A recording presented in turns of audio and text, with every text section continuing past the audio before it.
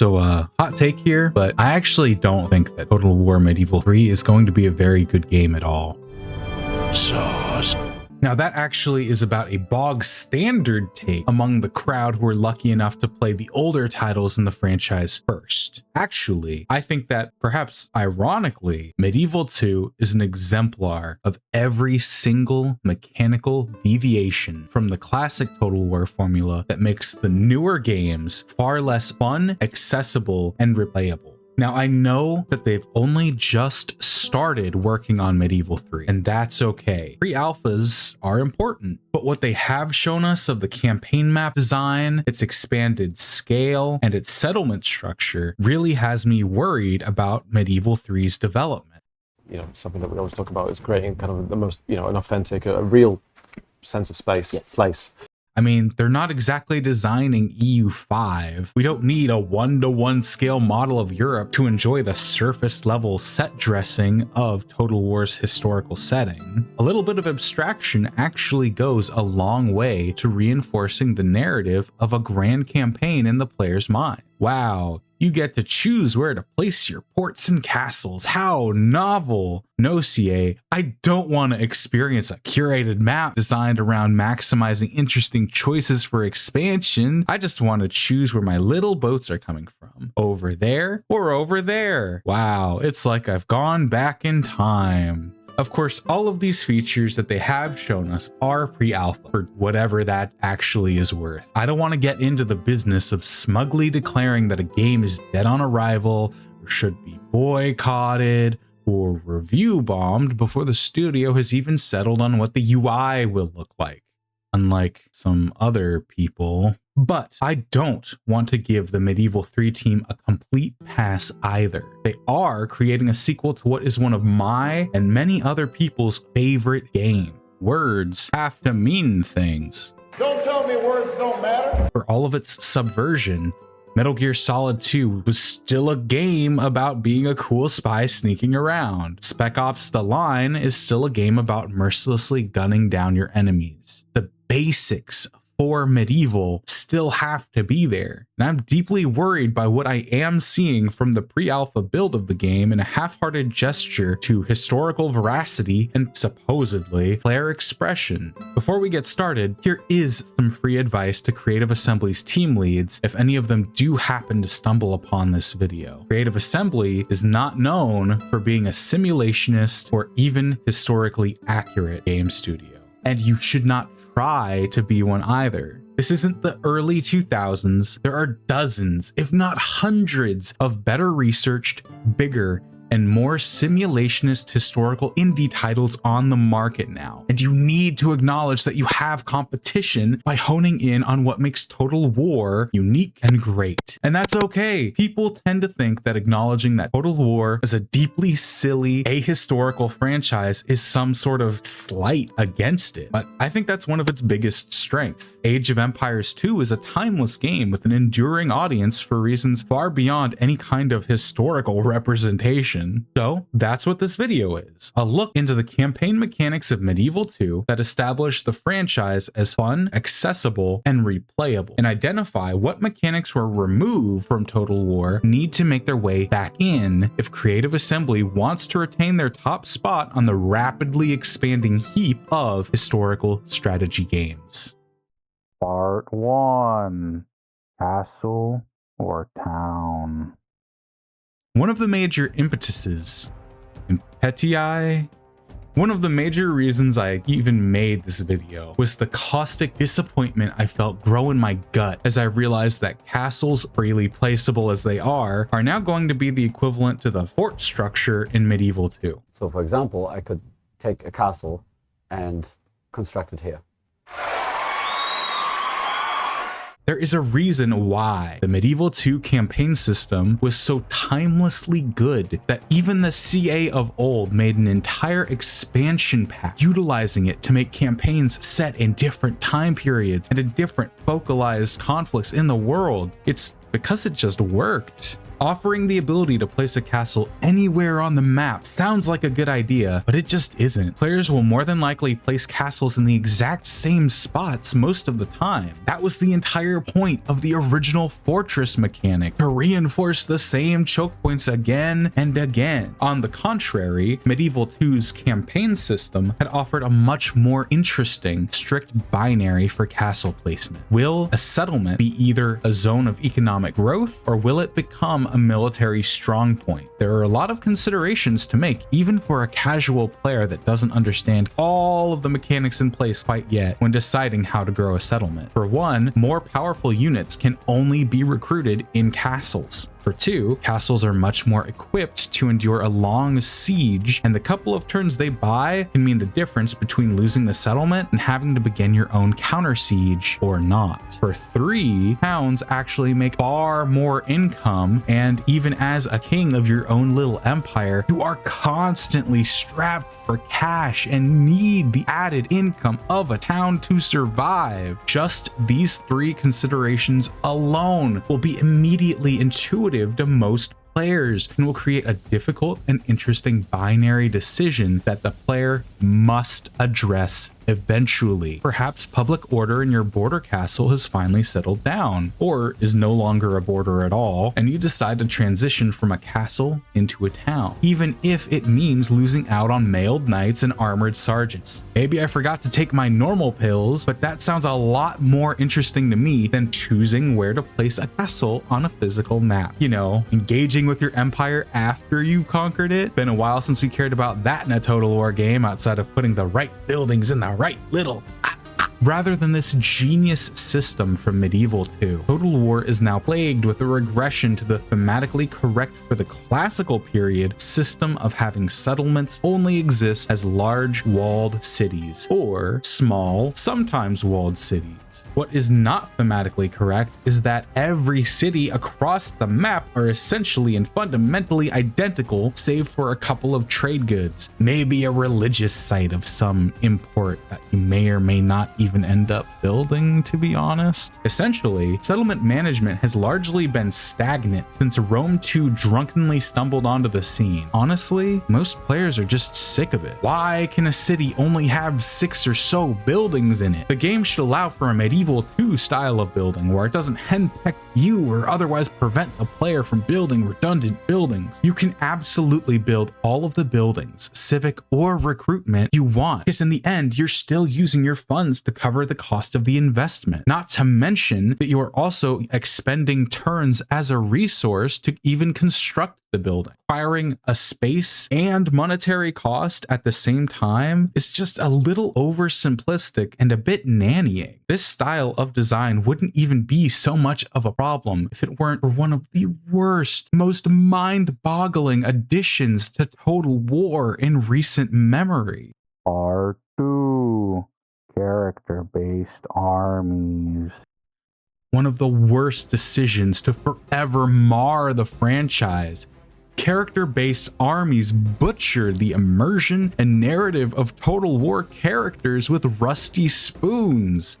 One of the most popular and enduring tropes among wargamers, tabletop or otherwise, is that of the lone soldier who distinguishes themselves in battle and ends up promoted and becoming an important character over the span of a campaign. Character-based armies kill that fantasy wholesale because that's not a distinguished character, that's just a random guy I clicked on, or sometimes a random family member. But I don't really care about managing my family much outside of spending inconsequential ruler currency to keep them in line. In fact, I would actually argue that most players would rather not have to spend various inconsequential currencies to manage the Senate of Rome or your medieval kingdom or whatever, and would rather assume that their coterie of eccentric characters have at least a baseline level of competence in leadership and delegation. I mean, the Senate weren't exactly known for their strong principles in opposition to blatant profit motives. Consider the case of Emperor Heinrich the Chivalrous, streamed live at twitch.tv/paranoidben, who led a glorious invasion into France, only to get assassinated and leave his army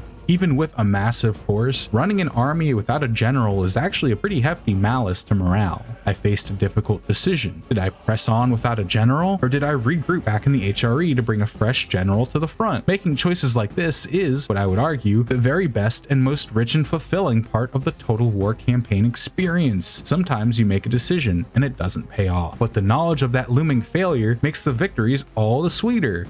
Or you could just have a never-ending treadmill of generals eager to perish for the needs of your country, which is pretty generous considering you never have to consider where to put your characters to manage your settlements anymore either. Why make a choice in a strategy game? Just keep on clicking bigger number until your number is bigger than their number and you're set. Who needs narrative? Just give me the number. The worst part is the army formerly led by Emperor Heinrich did end up in battle, and a new general arose to continue to lead the Emperor's forces through what remained of France. The thing is, getting new characters isn't really all that hard in Medieval 2. Usually a fight without a leader will allow the captain in the force to get promoted. Since the point of Total War is to fight and engage in Total War, then this shouldn't actually be too difficult to achieve for most people. Working with the randomized traits of new characters is fun. It always stings a bit to lose a character with a powerful retinue, but every new character gives you the opportunity to potentially score a better combination of traits. This, in turn, creates what is frequently called a gameplay loop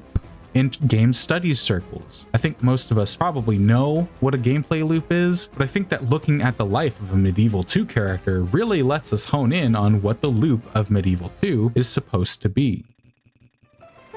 If you're lucky, you'll begin your life as a member of the ruling family, full of opportunity and places to move into within the bounds of your family's reign. Perhaps you will be a governor of an important castle, or a magnate of a large city. Or maybe, just maybe, you'll be asked to lead one of the Empire's impressive expansion armies. If you're promoted in battle, this is what you'll most likely be doing because of your traits. For the sake of argument, let's just say you get into the family business of burning and pillaging your neighbors. You'll start off as a lackluster commander, accompanied by scores of loyal troops.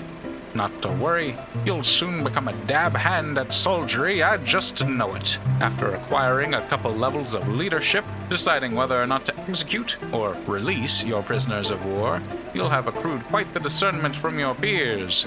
Your retinue will be full, your traits will be fully fleshed out, and your army will be in need of a serious resupply. That previously conquered settlement looks like it'll do in a pinch. The enemy's previous capital needs someone to put the fear of to raise public order in a show of goodwill. Your handsome face will do well to remind the people of your chivalry. Or, if you're a bit of a bad apple, that you don't flinch at mass graves so much as create them. Either way, you've earned a bit of a rest while the Empire fetches you new troops to expand the borders. Perhaps led by a younger, fresher version of yourself to serve as your understudy. Really, if you just take that cycle and repeat it many times, you get what Total War used to be. It was a campaign that functioned around a rotating cast of important characters with interesting quirks and flaws, but it never really overvalued them. No one character was important enough to focus an entire campaign around. I mean, arguably, the governors of your starting lands would become the most defining, as they would be the most susceptible to losing loyalty and defecting or being assassinated, all right in the heartland of your growing empire. All of it gets washed away with the addition of character-based armies and automatically managed settlements. And don't cry to me about, oh, they still let you use random characters to act as governors in your provinces. Outside of edicts, I don't really know or care about what provincial governors do. It's just too far from the core gameplay loop to care about or call to mind for most people. Medieval 2, on the other hand, got it right.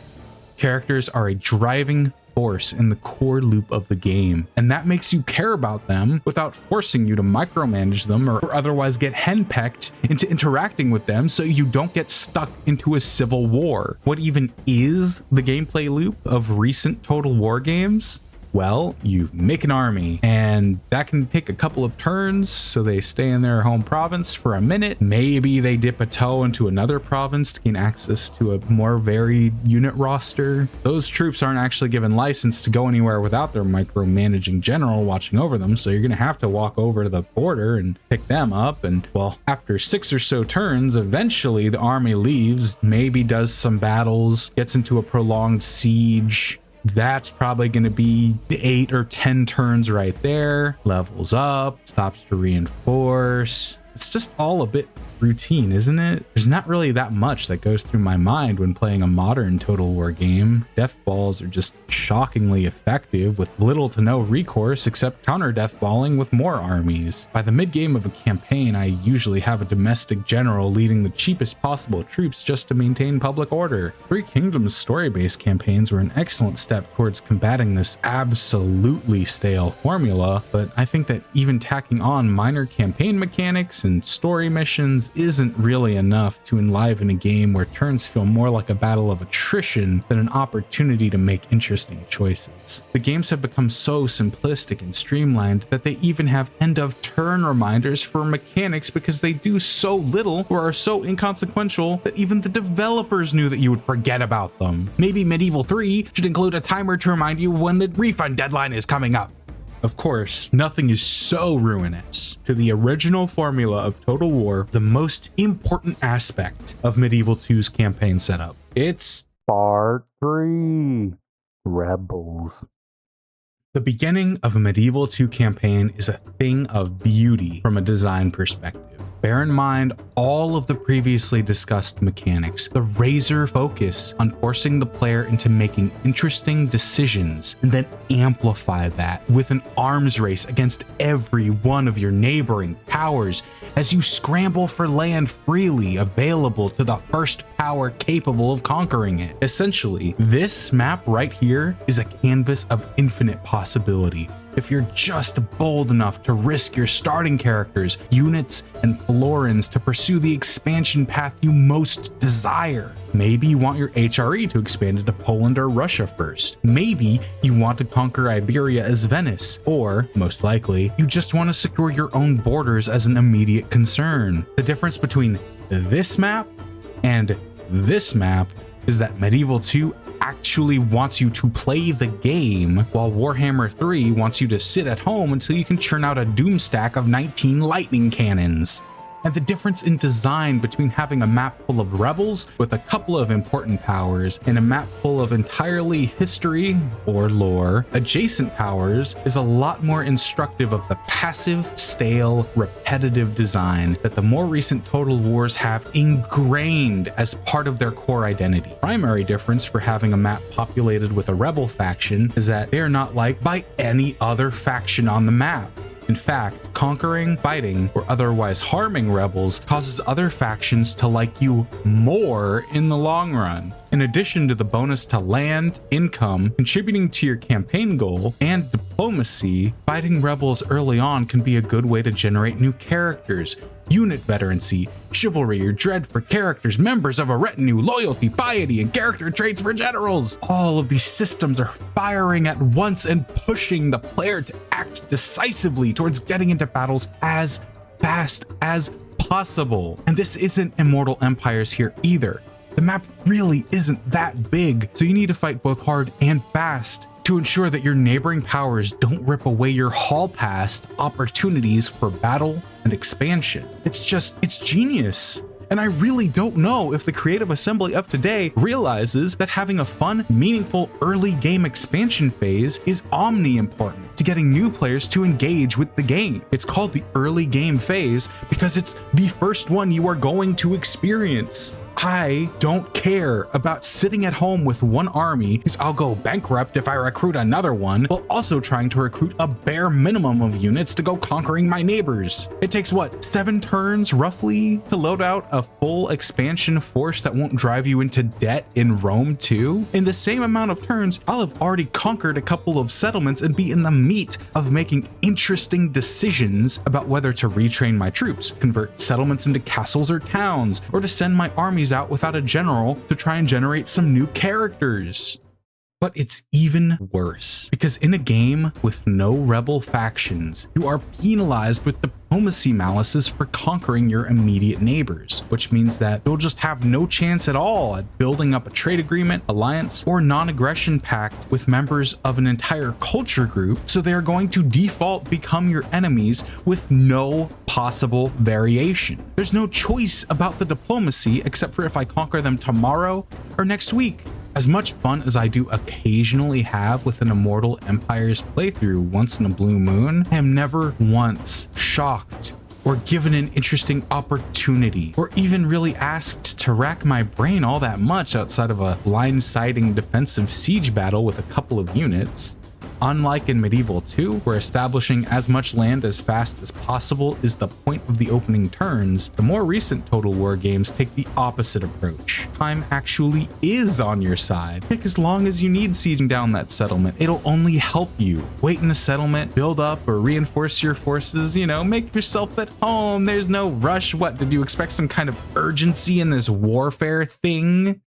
Part 4. Conclusion. That's really the whole problem though, isn't it? The new Total Wars just don't respect your time. On paper, they're everything I wanted as a preteen in 2007. Hundreds of regions to conquer, dozens of factions with unique history-based modifiers. What's not to love? Unfortunately for Creative Assembly, what works well on paper doesn't necessarily work out in practice. For example, Rome 2's 173 regions and over 100 factions just turns the grand campaign into a royal slog. Medieval 2's mere 22 factions, of which only 19 appear at the start of a campaign, is much more manageable and interesting in my opinion. Every single faction is an abstraction of hundreds of years of history and offers unique units and play styles. I don't even want to begin to touch on the bloat and repetition of Warhammer 3's Immortal Empires campaign, so I won't. Focusing factions down into pop history concepts isn't actually a bad thing. It's actually great. It actually makes factions into easily digestible, if not a bit hokey, versions of their historical counterparts and helps keep the player more engaged. As much as I love Divide et Impera, Divide et Impera? DEI for Rome 2, I don't think it's a superior experience to the original Rome Total War, even with its bizarre time-traveling Bronze Age Egyptians. DEI still suffers from the same faults of Rome 2's basic lack of a coherent gameplay loop that connects all of the core mechanics together in an interesting way that allows the player to make choices. Am I hoping for Medieval 3 to be bad? Of course not, and I don't think that Creative Assembly set out to design a series of bad games intentionally. I did start this video off saying that words have to mean things when designing a sequel, and Rome 2 is, well, over a decade old. I'm sure that many of the hard-working developers at Creative Assembly began their career around that time that Rome 2 started development. It's a lot easier to say these mechanics are not good and should be changed on a YouTube video than it is to successfully propose that to a boardroom who know only financial growth from quarter to quarter. However, I would like to share an impassioned plea to Creative Assembly and any other historical strategy indie developers who happen to be listening to examine the design of Medieval 2 and to really think about why it is the most popular game in the Total War legacy. It isn't a hot take at all amongst Total War's most die-hard and oldest fans to suggest that Medieval 2 was the best game that Creative Assembly ever produced. The Jeff Van Dyck score, the pre-battle general speeches, and the hokey voice acting are all deeply iconic to so many for a good reason. If Medieval 3 does turn out bad, we can at least rest assured that something excellent will rise up to take its place. As I said before, Total War has lots of competition vying for the attention of an audience hungry for historical RTS campaign systems. The ball is now actually in Creative Assembly's court. Will they adapt to the changing market, or will they die, ultimately eking out a couple $1,000s from milking nostalgia, but further tarnishing the legacy of what was once an excellent game studio? Pharaoh was an unmitigated disaster for CA, one that ended up so bad that they just dropped their planned DLC build for free and abandoned the game entirely. With so much time and effort going into developing a new engine for the Total War games, and they do need a new engine, I can only hope that SEGA continues to see what was once my favorite game studio ever as still economically viable. Oh, or they could release a 40K game and make $1 bajillion overnight. Hey, thanks for watching the whole video. It really means a lot to me to be able to talk about one of my simultaneously favorite and most hated franchises of all time. If you want to hear me yapping on about other strategic and historical war game topics, feel free to subscribe, maybe drop a like. As I mentioned before, I also stream Total War, so check out my Twitch in the description and feel free to drop me a follow over there as well. Okay, well, that's all for now. Bye!